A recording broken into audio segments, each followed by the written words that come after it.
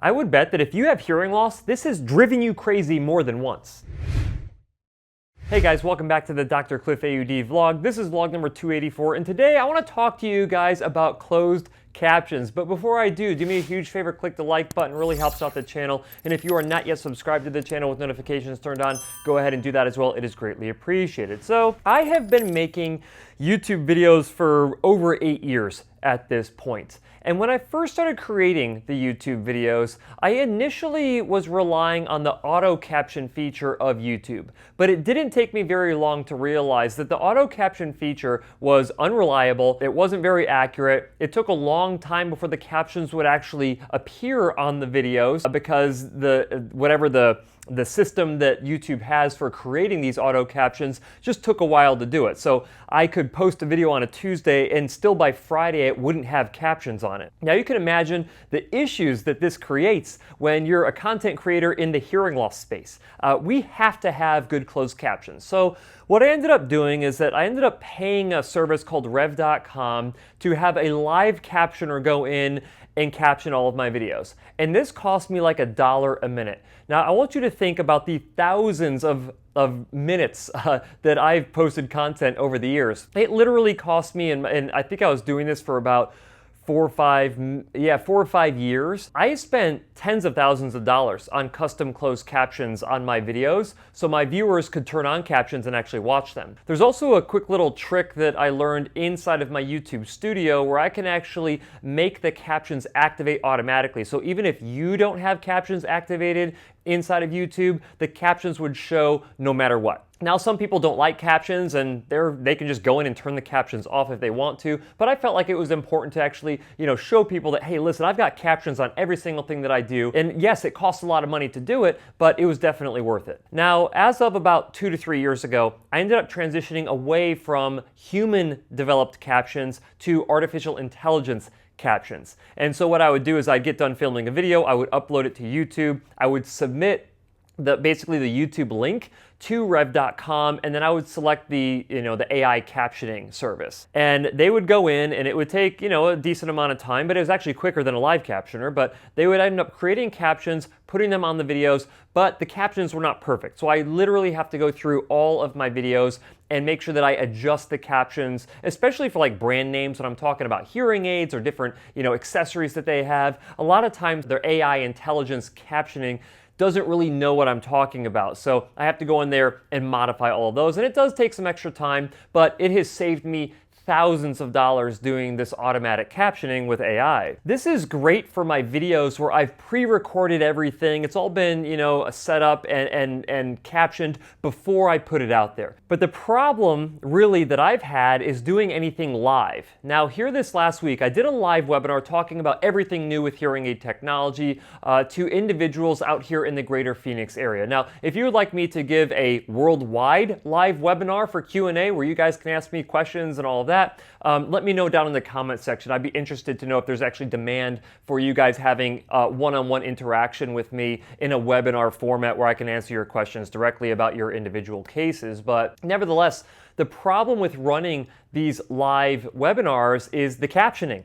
So I've given a lot of talks with like the HLAA and other organizations where they'll actually invest in a human to do the transcribing of what I'm saying as I'm saying it. They call it CART. And that has worked really well, but it is also really expensive. And so to be able to caption everything with the live captioner and have it all scheduled out and all of that, it's very, very difficult. With that said, there are some services now that will actually do the captioning. For instance, Zoom will do live captioning. Now you on your end, if you're watching a webinar or watching someone talking on Zoom, you can go in and toggle on your own closed captions and it will do live captioning for you. Is it perfect? No, it's not perfect. Is it getting better? Yes, it's getting better. But here's the problem. I do not like Zoom for doing webinars. So just this past week, like I said, I was giving this webinar, I actually set up this webinar, a month ago to air live this last week. And the problem is that the service that I like to use for webinars does not support closed captions. And so it kind of led to this decision of well, shoot, what the heck do we do? I'm about to give a live webinar to individuals with hearing loss and they don't have the ability to turn captions on because of the streaming platform that I'm using. Well, that led us into the consideration of like, well, what could we do to support captioning for individuals who want to watch the webinar, even though the webinar platform doesn't have captions baked into it? As it turns out, you can pretty much turn captions on with everything. I mean, I'm talking if you have an Android phone, if you have an Apple phone, if you're on an Apple computer, if you're using a Chrome browser or a Safari browser, literally every device that you can watch anything online with has an accessibility option where you can turn on closed captions. And if you didn't know that, it is going to completely change your life if you like captions. Now, these captions are more than just for like streaming audio from your phone. So for instance, you're watching my webinar and you see me talking and my captions are popping up on your phone because you're streaming that audio into your ears as well. But you can actually turn on captions on your smart device, and if someone is like talking to you from across the room and you're like, man, I'm not quite able to make out what they're saying, you can have live captions running as well where you can follow along everything they're saying literally on your phone as you're listening to them in person. It's really, really cool. So I'm gonna go ahead and start with my Samsung phone and show you how I actually activate these captions. Now this is a Samsung Galaxy S25. I imagine at some point in terms of older generation tech that you may not have this feature, but a lot of the new ones that are coming out have had this feature for a while. So I'm just gonna simply go into the settings.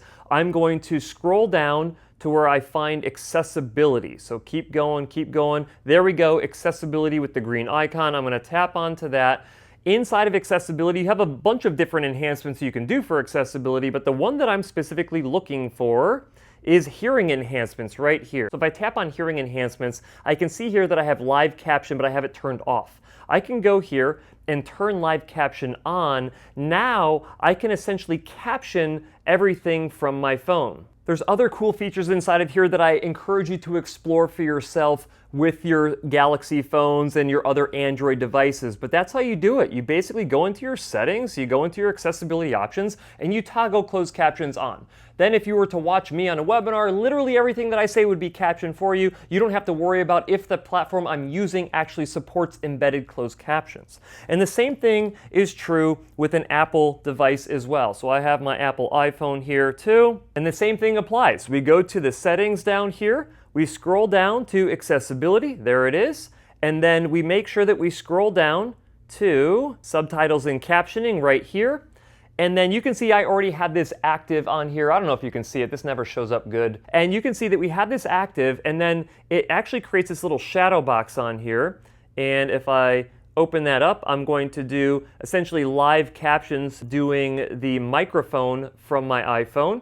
And I'm going to resume listening. And so now everything that I say is going to pop up on the screen there, and I can follow along just by reading what someone is saying.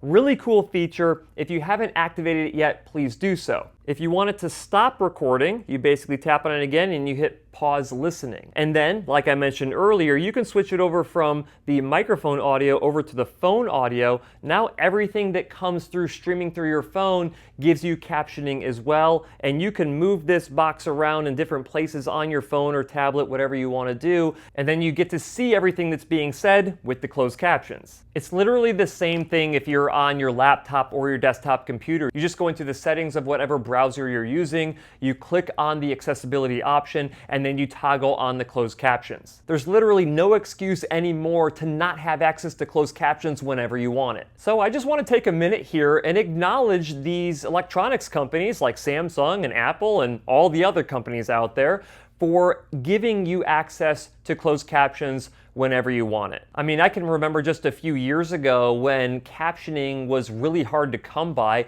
and really expensive. I mean, think about it. I was willing to invest tens of thousands of dollars in closed captions on my YouTube channel, but a lot of other content creators out there that didn't have another source of income to supplement the closed captions literally couldn't put the closed captions on their videos, which meant that individuals with hearing loss didn't have good accessibility to their content. And yes, I still spend good money on having custom closed captions built into my YouTube videos because I want them to be as accurate as humanly possible for individuals with hearing loss. But when I'm giving a live webinar, I literally cannot afford to have a live caption or doing it the entire time. But who knows, maybe you guys will tell me that you've been using these live closed captions on your devices and it's not very good. Hopefully it gets better as time goes on. I do expect it to get better as time goes on, but I'd like to hear from you guys. Have you ever used this live closed captioning from your smart devices, from your electronic devices? Let me know how good it was down in the comment section.